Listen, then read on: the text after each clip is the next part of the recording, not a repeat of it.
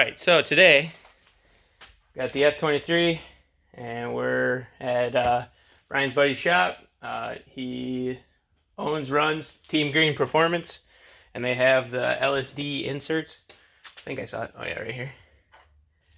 So this guy, we're going to be popping open the transmission and installing that.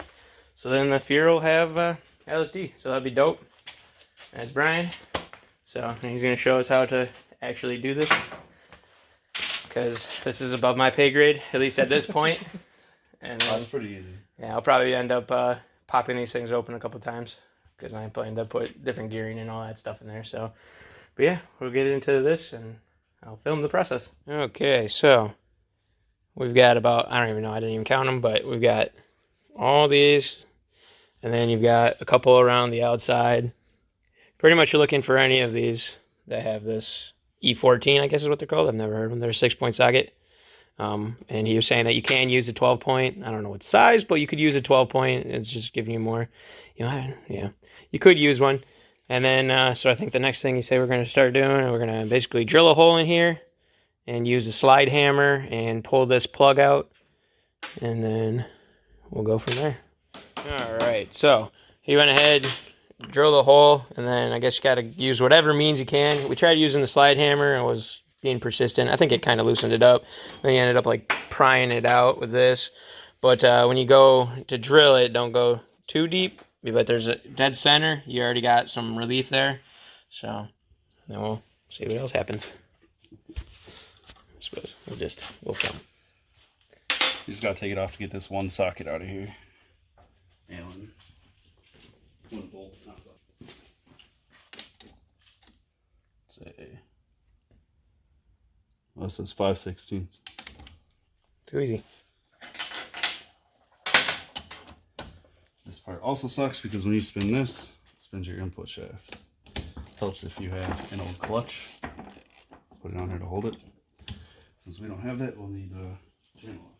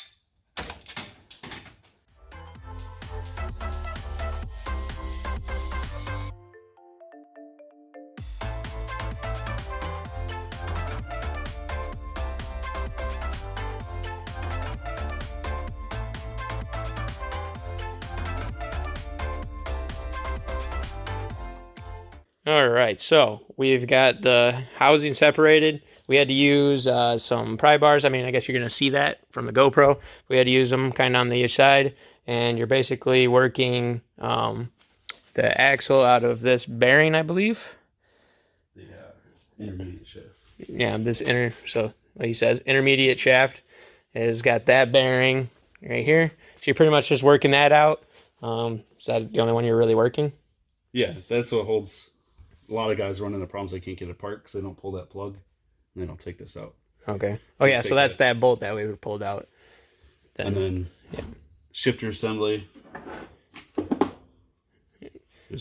So then it's just these five bolts, and then there's a retainer one that's up on the top. It should be that one. So, and he was also explaining that if you're having a hard time like shifting in like first to second or second to third, it's usually the common ones. Yeah, if you're having a hard time shifting between gears and it pops out of gear, it's because you messed up one of these shift forks. These nylon tips will break off. So, because I asked him what the common like issues would be, and he said that would be one. So, yeah. These are a lot stronger than the Isuzu transmissions. You'll have Isuzus tend to blow the differentials up pretty easy, the spider gears. These ones are just a little stronger. Well, yeah, and then I had him explain to me kind of how it works. So I guess you can explain it again. All right, so The way the inserts work, the spring pressure applies pressure to the two gears, spider gears that go to your axles. So they tend to want to lock up, spin together because they're spring pressure. And then during acceleration, inertia from your differential spinning will make the plate shift and they lock into these side gears, which will give you the full locker effect. And then when you get off throttle, inertia will let them rest back into position and you'll have an open differential again.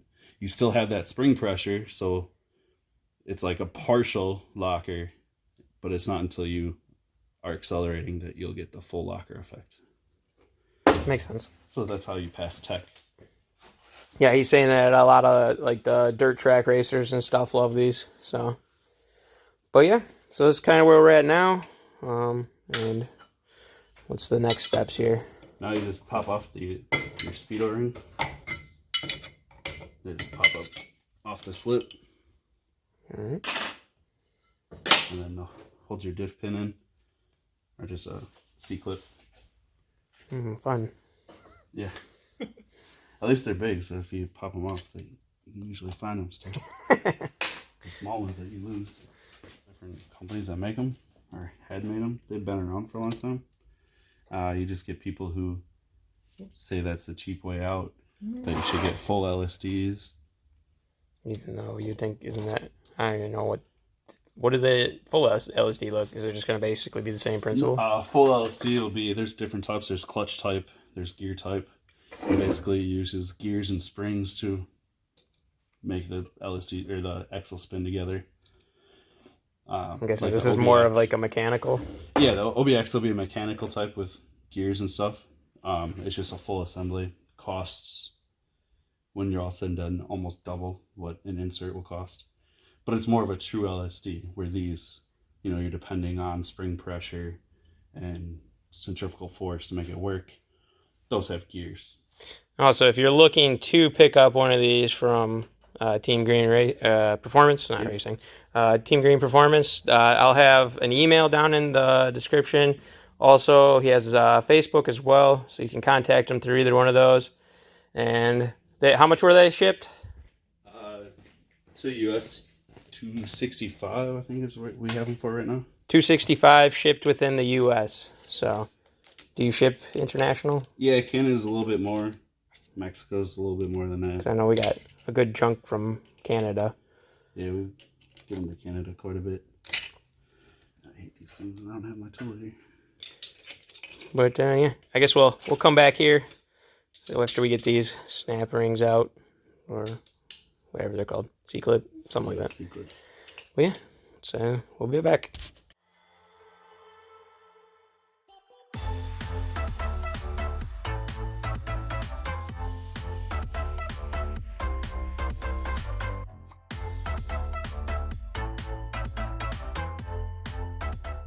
Okay, after you get the cert clip, then we just went ahead and pulled the, what would you call that?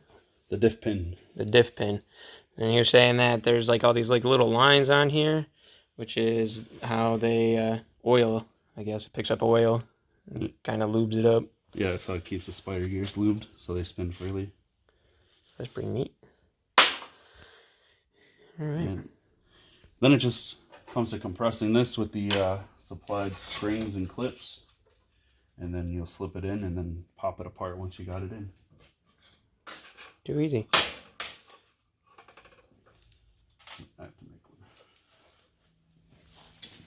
one. All right. So when you go to install the, so what are you calling these? LSD insert. No, with like the. Oh, these are just the Some retaining clips and retaining pins. They're just screws, machine screws. All right, so yeah, you're just doing that, so that way it's compressed to get in there. So you're going to have to stick it in a vise. I imagine that's going to be your easiest way to do it.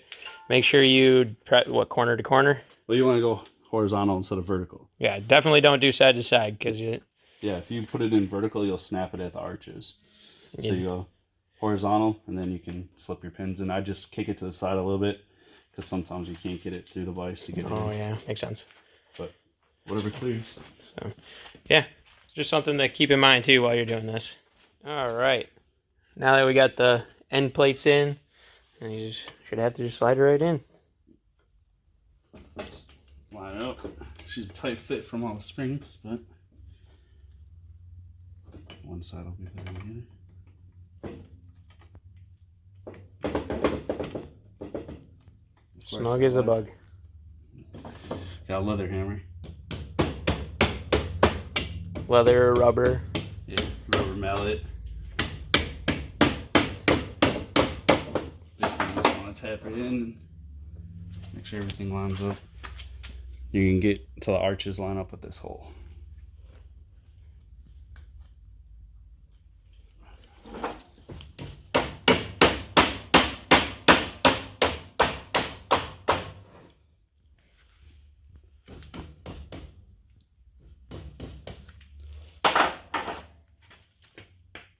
Pretty close.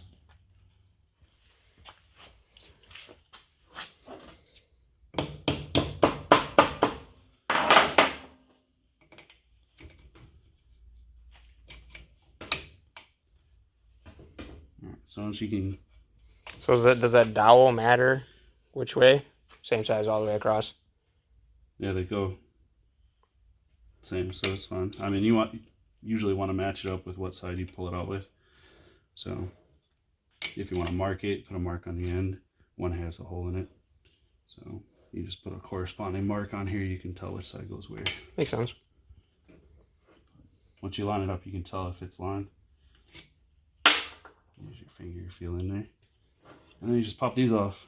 They're screws, so you can use a screw gun, back them out, and it'll just click into place. That's why they were screws. Someone was thinking. Sometimes they're screws, sometimes they're little bolts, but either way. They still screw out. Yeah. So yeah, just go ahead, screw those guys out, and you'll be able to slide the pin in. Too easy.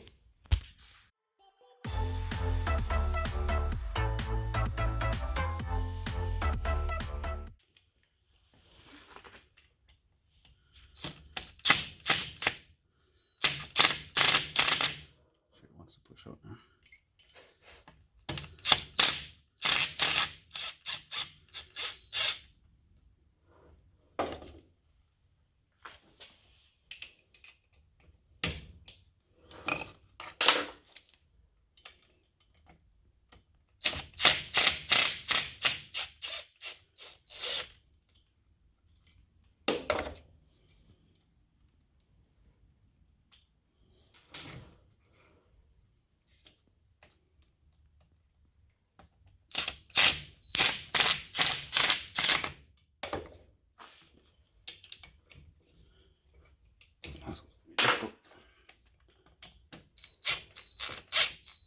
Because the camera's rolling. Yeah.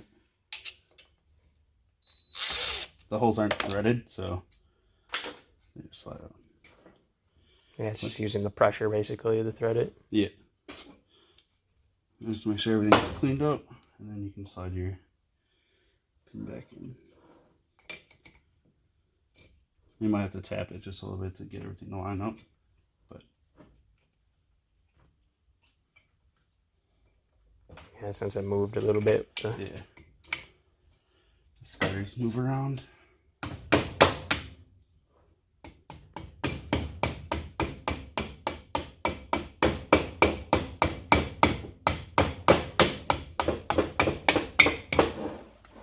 And it's all the way through.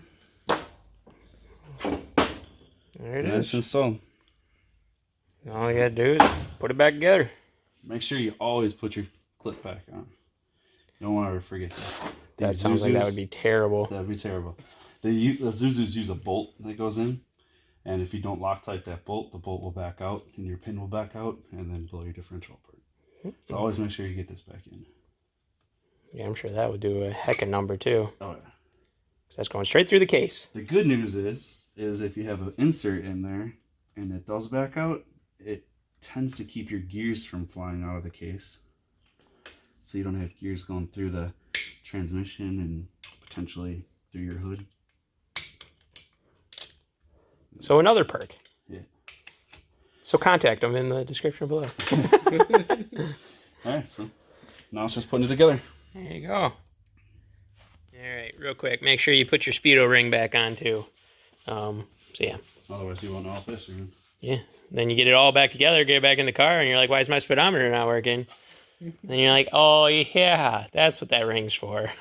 All right, so pretty much he just cleaned up all the surfaces, the mating surfaces, before we put the back half on the bell housing. So you're gonna want to pick up some of this Anaerobic gasket maker. It was like $7, $8 at O'Reilly's, so pick yourself up some of this. I guess we'll watch him apply it. And he's saying that basically this stuff works, anything that's under pressure, that will harden. So I guess this stuff's super sciencey.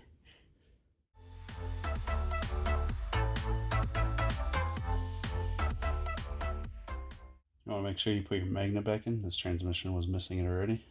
Yeah. They probably were already inside this trans.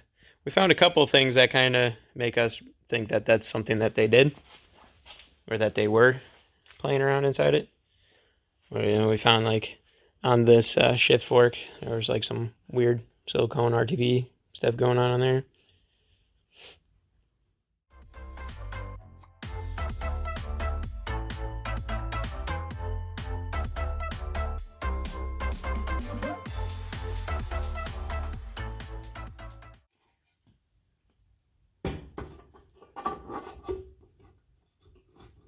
Just line up here.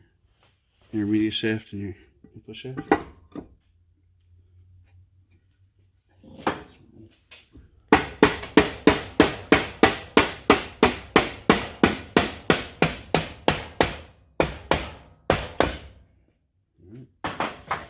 Now we put our bolts back. Now we just put it all back together. So we'll go to that.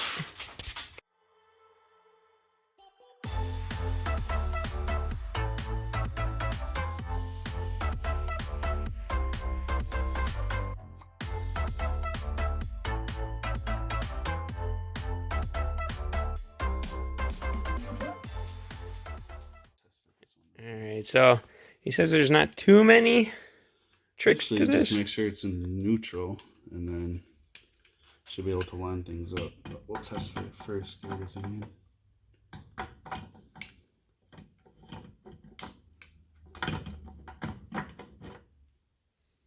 in. Yeah, this guy's hitting. In there. There you go. There's a window. There it is.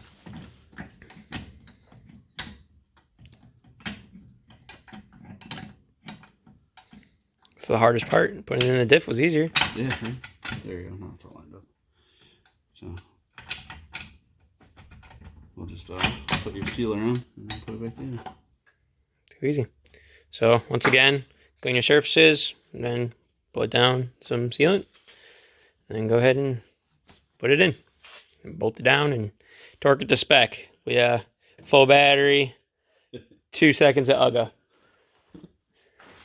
Don't recommend that. That's not an actual full-fledged recommendation. That's just what we're doing. We cannot guarantee that part.